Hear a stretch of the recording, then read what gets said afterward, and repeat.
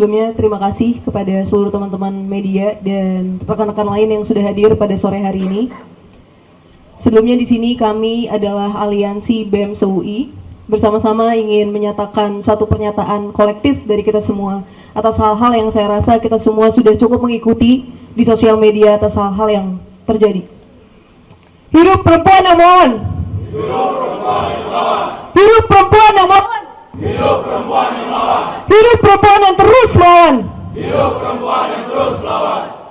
Sebelumnya izinkan saya memulai dari kronologi yang terjadi pada 12 April 2026, di mana IKM UI dan masyarakat Indonesia dikejutkan oleh terbongkarnya isi percakapan sebuah grup chat yang melibatkan 16 mahasiswa Fakultas Hukum Universitas Indonesia melalui sebuah akun X yang bernama Sampah FHUI. Isi percakapan tersebut memuat pelecehan dan objektifikasi terhadap perempuan, mulai dari sesama mahasiswa bahkan hingga para dosen di fakultas mereka sendiri. Hal ini merupakan suatu hal yang sangat mengkhawatirkan, mengingat mereka adalah mahasiswa Fakultas Hukum yang seharusnya paling sadar hukum. Mereka, para pelaku, juga merupakan pejabat tinggi pada organisasi mahasiswa baik di FHUI dan di tempat-tempat lain, dengan rincian nama sebagai berikut: Irfan Khalis, Keona Ezra Pangestu, Muhammad Deica Putratama, Fayez Rizal, Muhammad Valenza Rabbani Putra Harisman, Munif Taufik, Priya Danuputra Priambodo, Dipatia Sakawisesa, Muhammad Kevin Adriansyah, Muhammad Ahsan Raikel Farel, Muhammad Nashwan Azizullah, Simon Patrick Bungaran Pangaribuan, Anargia Haifa Ustagitaya, Nadil Zahran Fernandi, Raffi Muhammad, dan Rifat Bayu Aji Susilo. Setelah hal itu mengejutkan kita semua, kita tentu meminta kejelasan dari para korban. Dan sayangnya, banyak informasi yang beredar, justru statement-statement yang mereka kemukakan di depan tidak sesuai dengan apa yang mereka kemukakan di belakang. Banyak yang menyampaikan percakapan-percakapan yang kembali bocor, yang mengatakan bahwa mereka menyatakan diri aman, mereka seolah kebal hukum, mereka bahkan mengatakan sendiri mereka punya power di kampus ini, mereka punya backingan yang akan membackup mereka, dan itu mereka nyatakan secara nyata-nyata. Di sini kita melihat adanya sebuah ironi bahwa kasus kekerasan seksual separah ini dinormalisasi dan dilakukan oleh orang-orang yang seharusnya paling sadar hukum. Dan lack of remorse, tidak adanya penyesalan yang mereka rasakan, adalah penghinaan terhadap supremasi hukum yang seharusnya mereka adalah orang yang paling menjaga hal tersebut. Kalimat mereka yang menyatakan bahwa mereka akan aman, memiliki backup dan sebagainya, itu juga merupakan penghinaan terhadap integritas kampus. Di sini kami menyatakan dengan tegas dan dengan berani bahwa anak siapapun itu, keluarga siapapun itu, baik polisi, TNI, lawyer, atau punya keluarga di dalam kampus, apapun itu, mereka tidak boleh melangkahi hukum yang seharusnya mereka sendiri paling jaga dan pelajari di kampus. Oleh karena itu, kita harus menjaga agar mereka betul-betul menjalani hukuman dan konsekuensi sesuai dengan peraturan yang sudah berlaku. Mereka tidak boleh lolos dari peraturan yang disusun oleh negara dan oleh kampus sendiri, di mana mengacu pada peraturan rektor yang merupakan peraturan lanjutan dari Permendikbudristek nomor 55 tahun 2024. Kampus wajib memberikan sanksi administratif berat bagi para pelaku kekerasan seksual yang direalisasikan dengan mencabut sebagian hak-hak pelaku atau bahkan mengeluarkan pelaku dari Universitas Indonesia. Kalimat mereka yang merasa terlalu tinggi untuk dijatuhkan seharusnya sudah cukup untuk menjadi faktor pemberat karena menunjukkan ketidakadaan rasa bersalah atau lack of remorse dari diri mereka.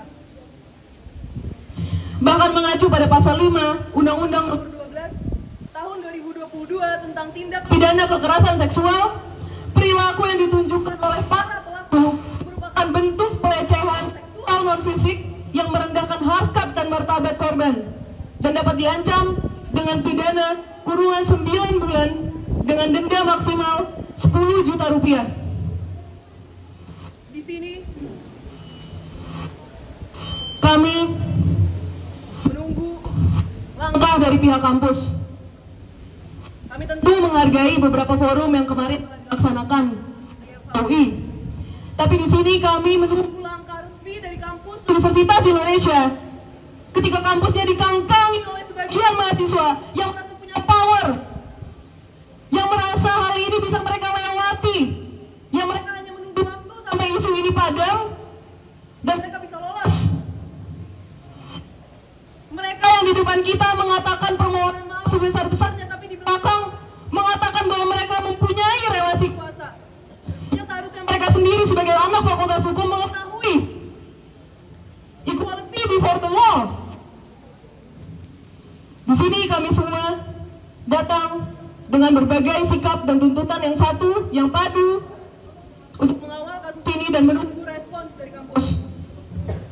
1 hari, 2 hari, 3 hari, setiap penundaan, setiap hari di mana kampus belum berbicara dan belum bertindak akan menjadi penilaian publik dan penilaian kami semua sebagai mahasiswa. Apakah kampus bisa melaksanakan 9 nilai yang diajarkan kepada kita? Kita akan melihat, kita akan menunggu. Di sini UI harus menunjukkan apakah dia bisa mempertahankan integritas kampusnya, nilai-nilai kampusnya, atau dia membiarkan dirinya dilecehkan juga oleh mahasiswa yang terang-terangan merendahkan kampus, sistem kampus, hukum yang ada di kampus dan di Indonesia. Beberapa tuntutan-tuntutan telah kami susun secara lebih detail yang akan disampaikan oleh kawan kami, yaitu Dimas. Tuntutan kami, sebagaimana yang sudah dipaparkan oleh Saudara Fatimah, maka Lansbem se-Universitas Indonesia mewakili KMUI dan seluruh masyarakat Indonesia yang merasa marah dan terhina akan terjadinya kasus ini, menuntut langkah nyata dan radikal yang tegas sebagai berikut. 1. Hilangkan intervensi dan tekanan pusat melalui Kemendikti sebagai pemegang otoritas tertinggi pendidikan di Indonesia. Menteri Pendidikan Tinggi tidak boleh diam. Kami meminta kementerian turun tangan sehingga kasus ini tidak diputuskan oleh birokrasi kampus. Pastikan audit investigasi. Kami menuntut Mendikti mengirim tim khusus untuk memeriksa kinerja Satgas PPKUI. Periksa mengapa kasus 16 mahasiswa ini bisa terjadi dan mengapa banyak kasus lama yang masih menggantung tanpa kejelasan. Kasus ini adalah peringatan keras bagi UI.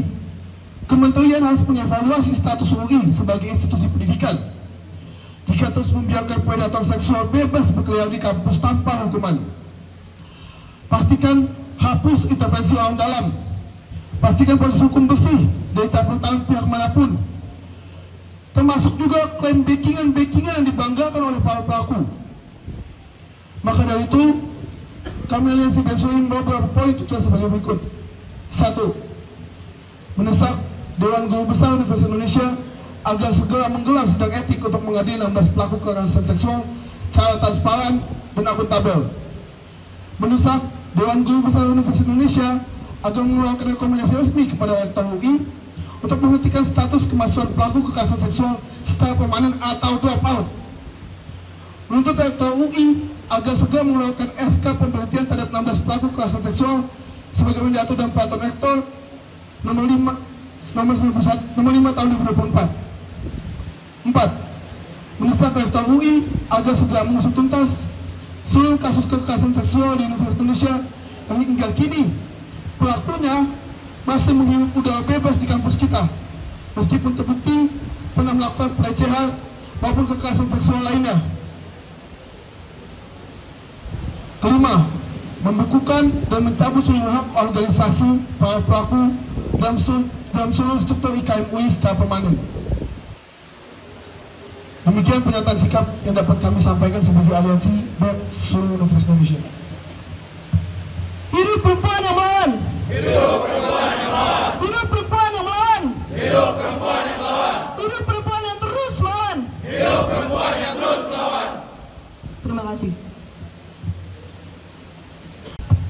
Nama saya Timotius Raja Guguk, saya selaku kuasa hukum beberapa korban dari Fakultas Hukum Universitas Indonesia. Di sini ada beberapa hal yang ingin saya sampaikan. Pertama-tama saya ingin menyampaikan apresiasi dan terima kasih sebesar-besarnya bagi semua publik, bagi semua masyarakat, pihak universitas, fakultas, dan juga semua teman-teman mahasiswa di sini yang sangat-sangat membantu kami untuk dapat membongkar kasus ini, yang mana kasus ini sudah terjadi sejak tahun 2025.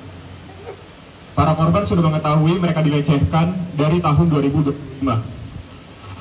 Jadi saya rasa kita semua bisa bayangkan bagaimana rasanya mereka dari tahun 2025 setiap kali masuk ke kampus, setiap kali masuk kelas mereka tahu kapanpun para pelaku itu bisa membicarakan mereka, melecehkan mereka di depan hadapan mereka sendiri dengan sarana yang mereka bilang sebagai grup privat tersebut.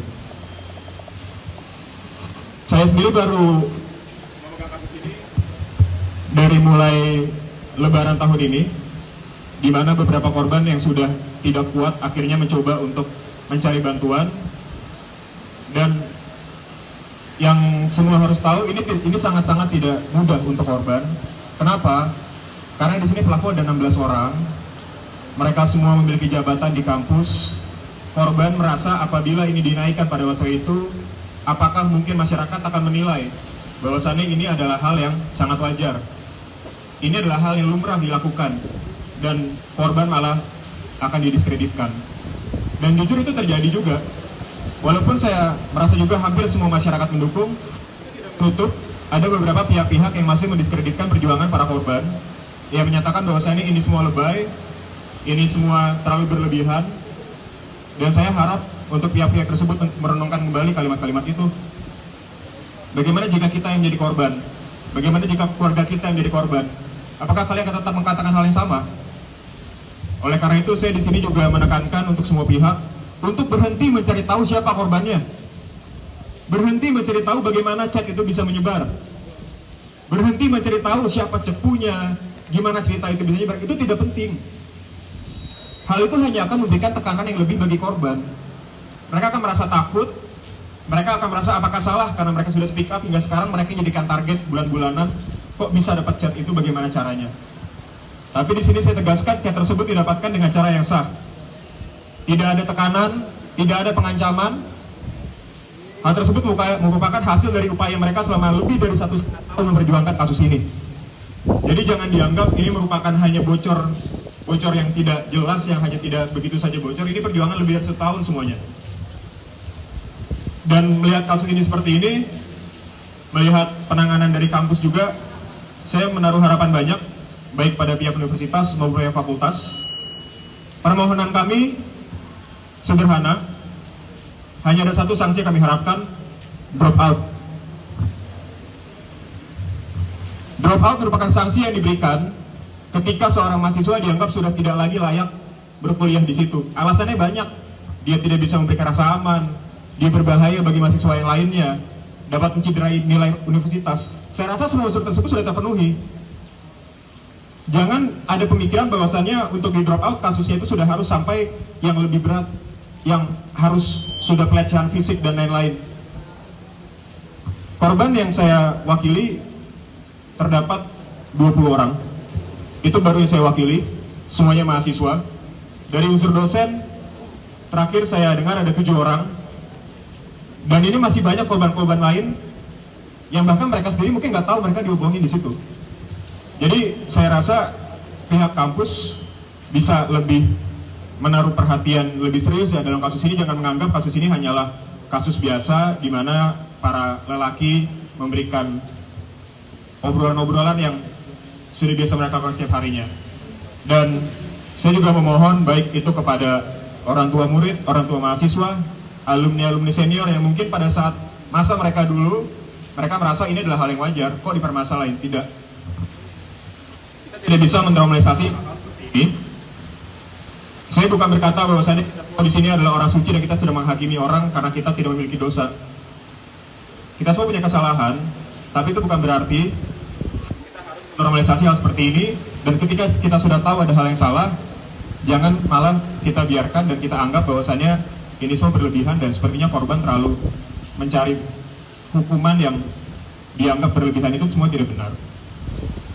Jadi mungkin itu harapan saya juga kepada Universitas Indonesia, kepada Fakultas Hukum Universitas Indonesia, kepada Satgas PPKUI, kepada Dewan Guru Besar UI, Dewan Guru Besar Fakultas Hukum UI, untuk dapat menindak kasus ini sesuai dengan prosedur, dan dengan yang cepat juga. Kami tidak ingin kasus ini terlalu berlarut-larut seperti itu. Dan yang terakhir, saya tetap ingin tegaskan kepada rekan-rekan semua di sini untuk tetap jaga privasi korban. Jangan mencari tahu korbannya siapa, karena yang saat ini korban perlukan itu adalah perlindungan, itu adalah pemulihan dan pendampingan. Korban tidak perlu tenar, korban tidak perlu tahu, orang tahu mereka adalah korban. Jadi saya minta tolong untuk tetap perspektif pada korban, lindungi korban, dan kita fokus untuk mengadili para terduga pelaku ini. Demikian. Baik, terima kasih Timothy. Mungkin kita ingin mempersilakan terlebih dahulu kepada rekan-rekan. Masih berkuliah atau masih berkeliaran di lingkungan kampus. Yang kedua, setelah adanya drop out, tadi Mas kuasa hukum bilang ada 20 orang. Apakah Mas akan melapor langsung kepada pihak kepolisian setelah mereka memang dinyatakan drop out oleh kampus gitu? Yang ketiga, mungkin terakhir, bagaimana respon kampus mungkin kepada pihak BEM dulu atau bagaimana terkait dengan kasus ini? Apakah kampus sudah mulai bergerak dan juga mulai rapat atau bagaimana untuk keputusan para pelaku ini? Terima kasih.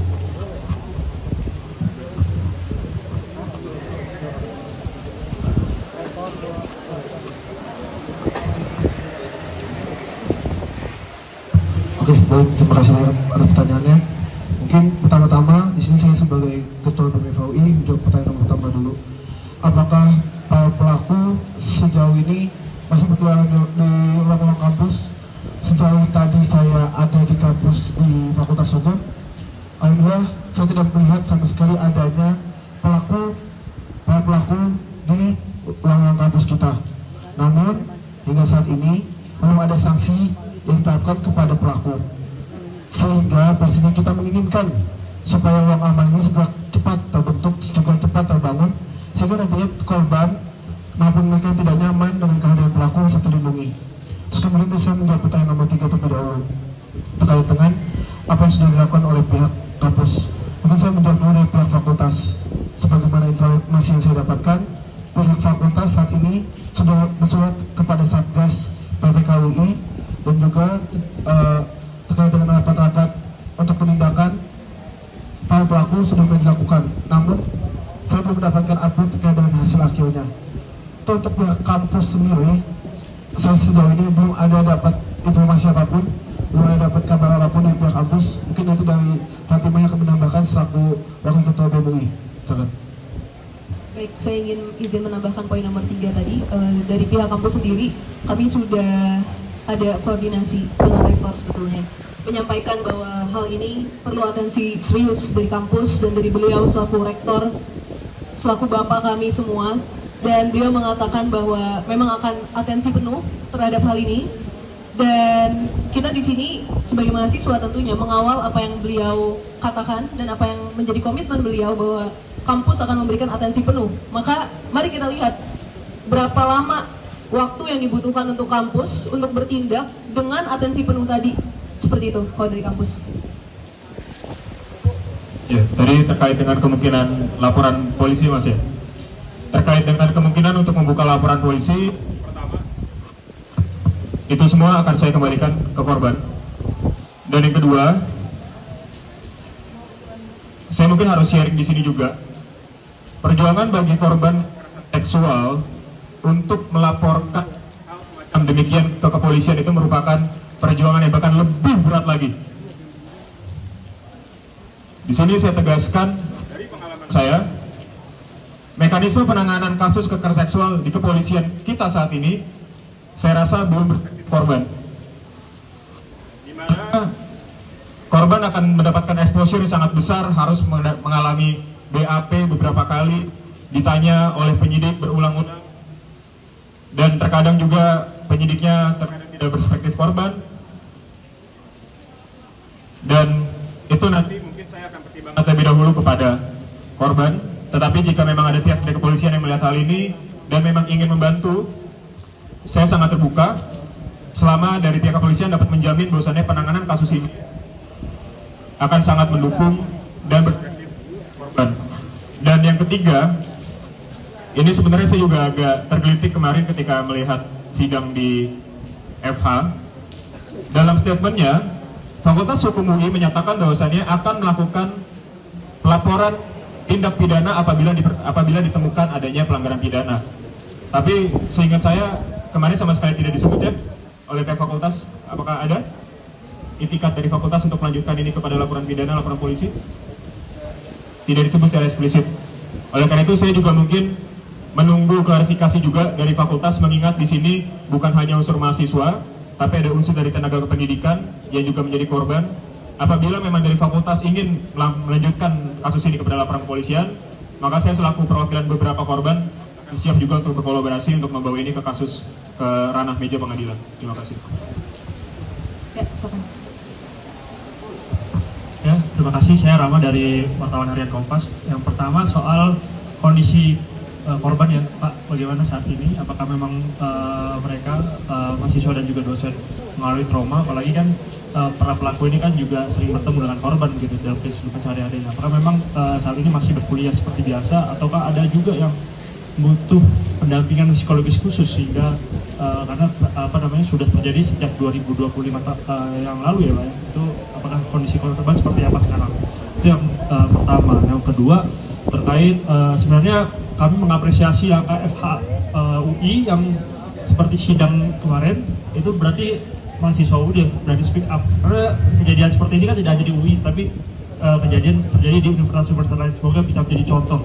Tapi apakah ada tenggat waktu dari kita begitu sampai pihak rektorat memberikan sanksi hukum yang tegas, jangan sampai nantinya beberapa pelaku bahkan katanya masih berkeliaran sampai sekarang padahal sudah diberikan sanksi administratif. Apakah ada tenggat waktu dari kita untuk kepada pihak rektorat sampai kapan setidaknya para pelaku ini di drop out? Terus kemudian kami mungkin teman-teman sudah melihat isi percakapan ya yang ada di dalam percakapan tersebut, yang privat tersebut. Bisa diberikan beberapa percakapan yang mungkin sangat menohok begitu sehingga korban ini merasa sangat terlecehkan oleh perkataan tersebut. Ini sebagai contoh bahwa tindakan mereka sangat biadab. Terima kasih. Ya, terima kasih Pak untuk pertanyaannya. Pertama terkait dengan kondisi korban, saya tidak akan menjelaskan secara detail masing-masing kondisi korban bagaimana. Yang pasti saya rasa semua rekan-rekan di sini juga masyarakat tahu apa yang akan dirasakan oleh seorang korban pelecehan seksual. Apakah dibilang terdampak mental sudah pasti, Mas. Apakah mereka semuanya merasa terhina, merasa tidak punya harga diri, itu pasti. Ini dari tahun 2025, mereka takut. Saya rasa kita semua juga sudah tahu terkait hal tersebut. Namun kalau untuk korban yang dari unsur dosen, saya tidak bisa memberikan penjelasan karena saya tidak mewakili juga. Kemudian tadi apa lagi?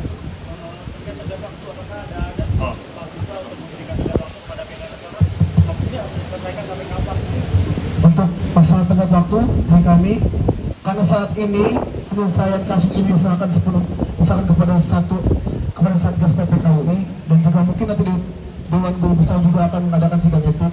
Tapi kita fokus bahas di penyelesaian secara kekerasan seksual oleh Satgas PPKUI. Mungkin pihak rektor jika membutuhkan lagi tenggat waktu, boleh dibaca lagi peraturan rektornya.